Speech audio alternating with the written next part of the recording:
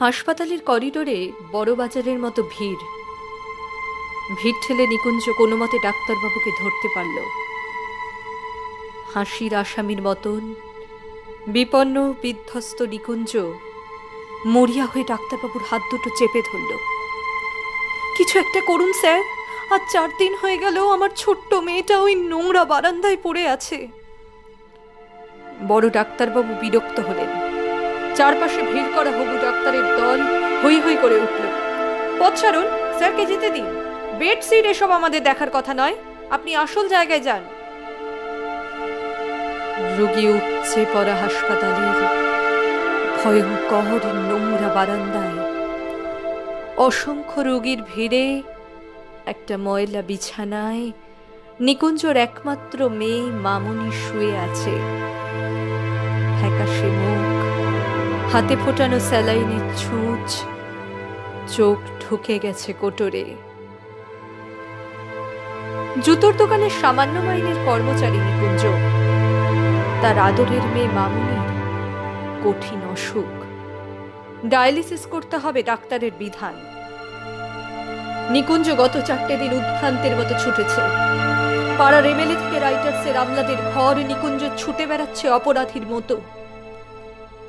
Visiting আওয়ারের বিষণ্ণ বিকেলে 7 দরজায় কৃপা ভিক্ষা সেরে ক্লান্ত নিকুঞ্জ একটা সস্তার কেক আর 2টো ছোট সন্দেশ কাগজের ঠোঙায় নিয়ে মেয়ের মাথার কাছে এসে বসে। সন্দেশ খাবি মামুনি? এনেছি, এই দেখ। যেন কোন গভীর অতল থেকে ক্ষীণ স্বরে মেয়ে বলে, বাবা, আমার ছুটি কবে হবে বাবা? আমি বাড়ি যাব কবে বাবা? এইটুকু বলতে বলতেই সে ঝিমিয়ে পড়ে। নিকুঞ্জ মেয়ের মাথায় হাত বোলায়। সন্দেশটা খেয়ে নে মা।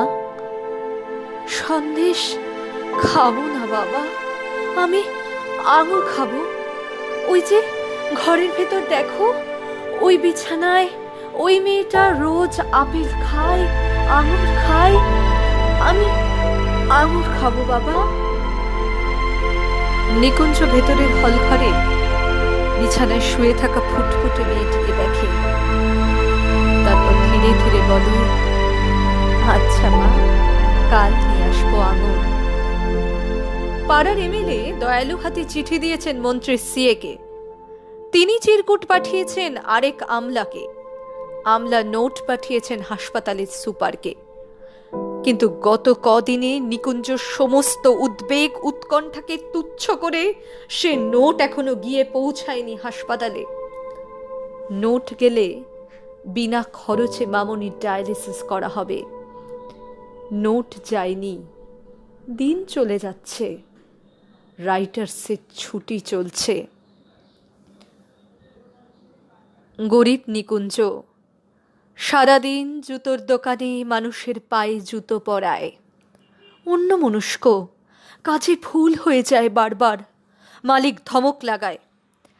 এক একটা নধর পায়ে জুতো পরাতে পরাতে নিকুঞ্জর ইচ্ছে হয় পয়সাওয়ালা খদ্দেরদের পা দুটো চেপে ধরে বলে, স্যার, আমার একমাত্র মেয়ে পয়সার অভাবে হাসপাতালের নোংরা বারান্দায় একা পড়ে রয়েছে, তার চিকিৎসা হচ্ছে না। দিন না স্যার কয়েক হাজার টাকা, আমি সারা জীবন আপনার গোলাম হয়ে থাকব। কিন্তু এসব বলা হয়ে ওঠে না নিকুঞ্জর। কাজের ফাঁকে ফাঁকে শুধুই দীর্ঘশ্বাস পড়তে থাকে। 2টোর সময় ছুটি নিয়ে কলকাতা ডাক সাইটে জ্যাম ডিঙিয়ে অসংখ্য মানুষের ভিড় এড়িয়ে নিকুঞ্জ রাইটার্সের দোতলায় পৌঁছয় হাঁপাতে হাঁপাতে। কেরানি বাবুটির টেবিলের সামনে দাঁড়ায় চোরের মতো।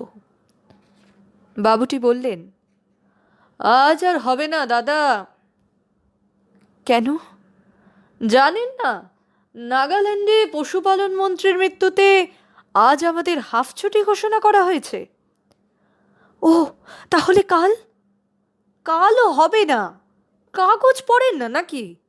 প্রাক্তন প্রধানমন্ত্রীর মৃত্যুতে কাল আমাদের পূর্ণ দিবস ছুটি। তাহলে পরশু? নিকুঞ্জ ব্যস্ত হয়ে ওঠে। পরশু তো শনিবার, তারপর রোববার, আপনি একেবারে সোমবার আসুন। সোমবার মানে আরও 4-4টে দিন। নিকুঞ্জকে যেন ঠেলে ফেলে দেয় অথই সমুদ্রে। তলিয়ে যেতে থাকে নিকুঞ্জ। তলিয়ে যেতে যেতে বারবার তার কানে ভেসে আসে মামুনির ক্ষীণ কণ্ঠস্বর, বাবা আমার ছুটি কবে হবে বাবা, আমি বাড়ি যাব কবে বাবা। হঠাৎ নিকুঞ্জের মাথায় আগুন জ্বলে ওঠে। দুর্বল, অভুক্ত, শীর্ণ শরীরে হঠাৎ যেন জেগে ওঠে ভয়ঙ্কর তেজ। রাইটার্সের বারান্দা দিয়ে ছুটতে থাকে নিকুঞ্জ। ভিড় টপকে দরজা দিয়ে বাইরে এসে ছুটতে থাকে সে। ছুটতে ছুটতে সোজা গিয়ে নিকুঞ্জ ঢোকে ডালহৌসি পাড়ার প্রাচীন এক বন্দুকের দোকানে। আগুন জ্বলছে তখন নিকুঞ্জর মাথায়। ধূমকেতুর মতন দোকানে ঢুকে নিকুঞ্জ চিৎকার করে বলতে থাকে, আমাকে একটা বন্দুক দিন, আমাকে একটা বন্দুক দিন, যা থেকে হাজার হাজার গুলি বেরোবে। আমি সমস্ত প্রাক্তন নেতা, মন্ত্রী, কর্তাদের গুলি করে মেরে ফেলবো, সবাইকে একদিনই মেরে ফেলবো। তারপর সারা দেশে একদিনই রাষ্ট্রীয় শোক, একদিনই ছুটি, আর তারপর আমার ডায়ালিসিস। দোকানের দারোয়ান খাড় ধরে নিকুঞ্জকে বের করে দেয়। নিকুঞ্জ ছুটতে থাকে। ছুটতে ছুটতে হাঁপাতে হাঁপাতে হাসপাতাল। বুকের ভেতর তীব্র উত্তেজনায় হাতুড়ির ঘা, তবু সে ছুটতে থাকে। দোতলার বারান্দায় ততক্ষণে ভিজিটিং আওয়ার ক্ষয়ে ছোট হয়ে এসেছে। অন্ধকার ঘনিয়ে এসেছে। সিঁড়ি দিয়ে উঠতে উঠতে বিড়বিড় করে নিকুঞ্জ বলতে থাকে, মামুনি চিন্তা করিস না, আর মাত্র 4 দিন। 4 দিন পর রাষ্ট্রীয় শোক শেষ হলেই তোর চিকিৎসা হবে, তুই ভালো হয়ে উঠবি, কিচ্ছু চিন্তা করিস না। বলতে বলতে দ্রুত পায়ে মামুনির বিছানার দিকে এগোতে থাকে নিকুঞ্জ, পকেটে 2 টাকার আঙুর। হঠাৎ ঝপ করে লোডশেডিং এর মতো নিকুঞ্জর চোখের সামনে সবকিছু অন্ধকার হয়ে যায়। মামুনির বিছানাটা খালি। মামুনি কোথায়? কোথায় মামুনি? নিকুঞ্জের চিৎকারে একজন নার্স এগিয়ে আসে। নিকুঞ্জের বিধ্বস্ত মুখের দিকে তাকিয়ে একটু থমকে যায়। তারপর স্পষ্ট স্বরে বলে, আজ দুপুরে আপনার মেয়ের ছুটি হয়ে গেছে। কেমন বাবা আপনি? এই কদিনে একটা ফ্রি ডায়ালিসিস অর্ডার বের করতে পারলেন না? নিকুঞ্জ পাথর হয়ে গেল। পকেট থেকে আঙুরের থেঁতলে যাওয়া ঠোঙাটা বের করে শূন্য বিছানার সামনে দাঁড়িয়ে জোর গলায় বলতে লাগলো, মামুনি আমি আঙুর এনেছি মা।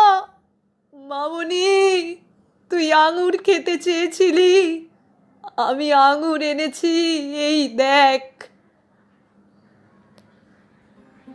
অনেক রাতে ভাড়া করা ম্যাটাডোরে একটা খাটিয়ায় মৃত মামুনিকে শুইয়ে দূর মফস্বলের বাড়ির পথ ধরে নিকুঞ্জ। ফেরার পথে ছোটন্ত ম্যাটাডোর ভ্যানে ঘুমিয়ে পড়া মামুনির মাথার পাশে একা নিকুঞ্জ। সারাটা রাস্তা পূর্ণিমার চাঁদ আলো ধরল মামুনির মুখে। এক আকাশ নক্ষত্র আর তারা আলো বিছিয়ে রাখল মামুনির ঘরে ফেরার পথে। আর নিকুঞ্জ শুনতে পেল নক্ষত্র, চাঁদ, তারা সবাই বলছে, আমাদের ছুটি নেই নিকুঞ্জ, আমরা আলো জেলে রেখেছি, তোমার মামুনির জন্য আমরা আলো জেলে রেখেছি। ভোরের আলো তখন সবে ফুটছে। ম্যাটাডোর ভ্যান এসে থামল নিকুঞ্জর ভাঙা বাড়ির দরজায়। নিকুঞ্জের বউ পাগলের মতো ছুটে এলো, এনেছো আমার মেয়েকে, এনেছো? পাথর হয়ে যাওয়া নিকুঞ্জ কান্নায় তুমুল ভেঙে পড়ে বারবার বলতে লাগলো, তোমার মামুনির ছুটি হয়ে গেছে, তোমার মামুনির ছুটি হয়ে গেছে, তোমার মামুনির ছুটি